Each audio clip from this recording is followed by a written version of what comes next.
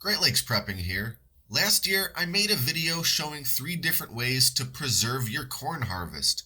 That video ended up being very long because there was just so much to cover since I showed every single step for freezing, dehydrating, and pressure canning corn. So this year, I've decided to sort of remix that long video and break it up into 3 separate and much shorter videos that will hopefully be a little more digestible than the one great big long video. And this particular video is all about pressure canning. I'll show every step to go from fresh ears of corn to some beautiful pressure canned jars of delicious and shelf-stable corn.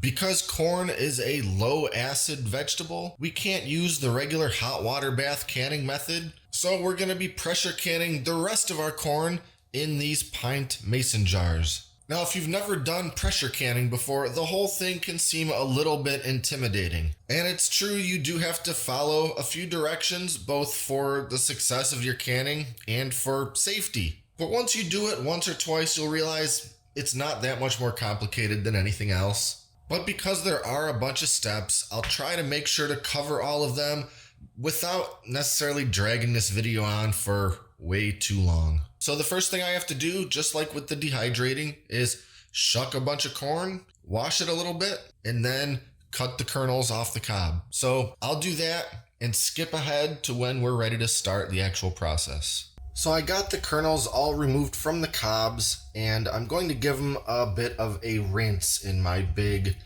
pasta pot here. But before we go forward, let me talk real quick about hot pack canning versus cold pack canning when it comes to corn. It's completely up to you which one you do. Hot pack canning basically involves cooking the corn first in some water. Pretty much how I did it before I dehydrated my corn in the last part. When you fill your jars, you would fill it with both corn and that water that it was cooking in. For cold pack canning, you fill the jars with the corn and then pour hot water over top. This essentially cooks the corn, as will the pressure canning process itself, but we're not pre-cooking the corn before that. Now, I personally prefer this method. With the cold pack canning, not only is it a little easier and quicker because you can skip that first extra cooking process, but also, in my personal opinion, I think the corn ends up tasting better when you go to eat it later on. Maybe this is because cooking it in all that water ends up somehow cooking out some of the flavor. I'm not really sure, but I think it just works better all around. So I go with the cold pack canning.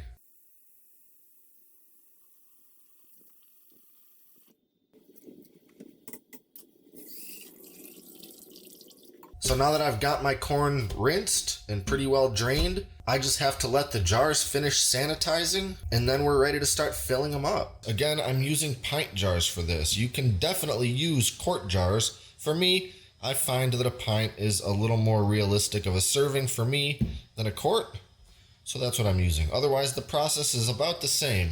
So we're gonna take our handy canning funnel and just start filling it up with these kernels. Now what we want is to have an inch of headspace, and that includes when we pour our water over top. And to measure our headspace, we'll use our little debubbler and headspace measuring tool. Find the 1 inch mark and just sort of use it as our gauge. It looks like I need a little more.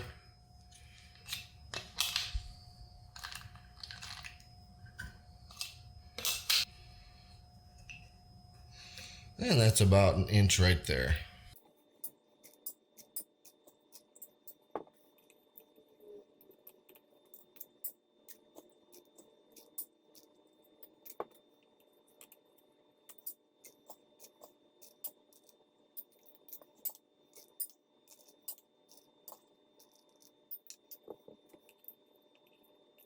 All right, now it's time to fill these jars up with the water. What we're going for is using water that's just about boiling. And we want to fill this up till it's just at the top level of those kernels.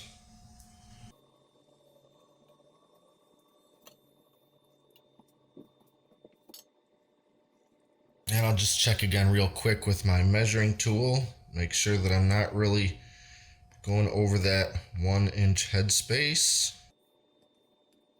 I think I could stand to take the teeniest bit out of this jar. I'll also mention that if you prefer, you can add some salt to each jar too. For quarts, about a teaspoon. For pints, about a half a teaspoon. It doesn't help with the canning or preservation. It's just flavoring. Personally, I prefer to season my food when I'm actually making it. And since I consider these ingredients rather than like a meal, I prefer to leave it unsalted until I'm ready to use it. Now we'll take our little debubbler measuring tool and debubble. Just kind of work that down around the inside edges, the walls of the jars. What we're looking for is to dislodge any obvious air bubbles that might exist. Break those free so they can escape out of the top during the canning. Next, a quick wipe to the top edge of each rim. We want to get any loose corn residue or whatever else off of there so we can have a good seal on those lids. Make sure to go pretty thoroughly on each one to get any little bit that might be on there. I'm using a damp paper towel. Some people use vinegar on a paper towel. For this, I think water's fine. Now it's time for the lids. We'll take our sanitized lids and place them right on top of each jar. And now for the rings. As always, we're gonna go pretty much finger tight on these. We don't want to over tighten them. Just the littlest bit snug with your fingers. Now these are going into the pressure canner. I'll say that they're very hot at this point because of that boiling water we poured in, so I will use my jar lifter tool to put them into the canner.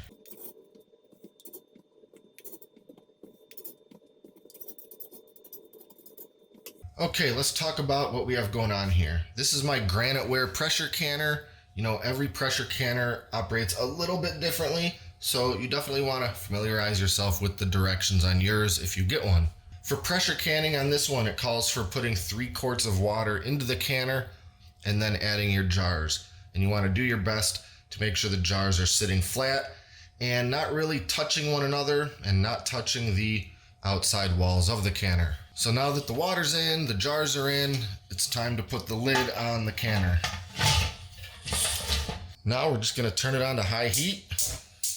Now this canner has a cool safety feature. When it reaches pressurization, there's a pin that pops up right here that lets you know that it's pressurized. And not only does that let you know that it's pressurized, but it also causes the lid to become locked into place. There's no way that you can take the lid off until it's safe to do so, and that's pretty cool. Now what we need to do is let this heat up and start venting. Since there's only a bit of water in there, this is gonna become steam very shortly after the water starts boiling, but it's gonna be a mixture of steam and air. What we want to happen is for basically all of the air to vent out of it, and that'll happen through this little hole right here. Now, once we see basically pure steam just pouring out of this hole in a little jet, we want to let that go for 10 minutes. That is the venting or exhausting process. It's creating basically a pure steam environment. Once we get to that point, we'll put on our pressure regulator, which is this little thing. Now this goes right on top of the vent here, and depending on your recipe,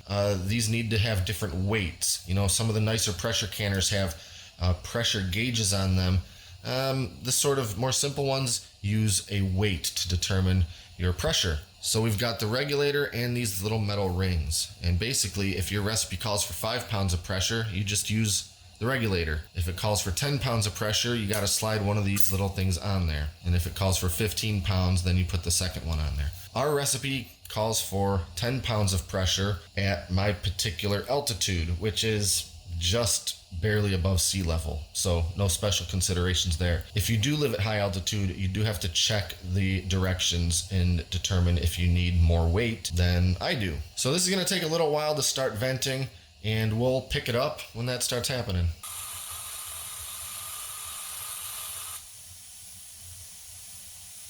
So we still have a few minutes before the venting is complete, but I wanted to show you how it looks when the canner begins to pressurize a little bit and that safety switch engages. You can kind of see it pop up and the steam stops coming out of that particular area. Now, just a few more minutes until we get that steady stream of steam. Okay, now we're at the point where it is venting. We've got a pretty consistent stream of that steam coming out of the vent pipe. So I'll set my timer for 10 minutes. Okay, venting is complete, and now we're going to put on our regulator with the single weight for 10 pounds of pressure. And because there's very hot steam coming out of this, I'm not going to take any chances in putting this regulator in place. At this point, there's a little bit of fine tuning involved. We want to turn the heat down a little bit, but not too much. What we're going for is having a consistent back and forth rocking of that regulator. If the heat's a little too high, the thing will rock a little too violently and erratically. If the heat's a little too low, it won't rock at all. So for the next 2, 3, 4 minutes, just kind of watch and adjust the heat a little up and down as you need it till you get that regulator rocking back and forth pretty consistently like you see here. At this point, the processing has begun and we're going to set the timer. For pints, we want to process for 55 minutes at this altitude, which is pretty much 0. If we were doing quarts, we'd process for 85 minutes. All right, our processing has completed and I've turned the heat off and have just been letting this whole thing sit here for a little while to let the pressure go down and let the heat go down a little bit more. I can see that my little safety indicator on the canner has gone back in. I can take my regulator off and we're going to remove the lid.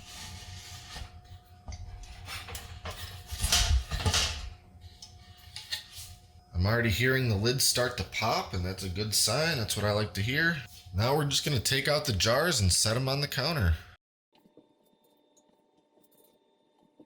So now I'm just going to leave these jars sit here on the counter for quite some time until they pretty much completely cool to room temperature. Now, if after a while I notice that any of the lids have not popped yet, that is to say I could still push them down with my finger or remove the lids quite easily, then that means I have to assume that that particular jar did not successfully can. That's okay. It doesn't mean my corn's ruined. It just means that I need to use it pretty soon or put it in the fridge and use it within the next few days. But assuming that the canning was successful, these things are ready. They're done. They're ready to be labeled with the date and stored in the pantry, of course, with the rings removed.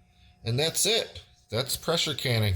Real quick, let's talk about a few pros and cons of the pressure canning method of preserving corn. Pressure canning. The pros? Shelf stable for a fairly long amount of time, 1 or more years. And neither the process or the storage requires any kind of electricity. And with canned corn, you can eat it immediately. Just open up the jar and dig in. The cons? It requires a bit of time and effort up front, and it requires a lot of resources in the form of energy for heat. Between sanitizing the jars and processing them in the pressure canner, we're using a high flame for well over an hour.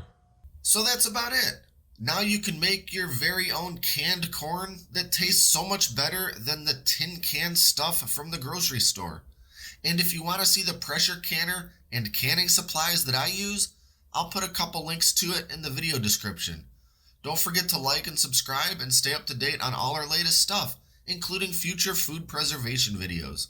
Thanks for watching, and until next time, this is Great Lakes Prepping.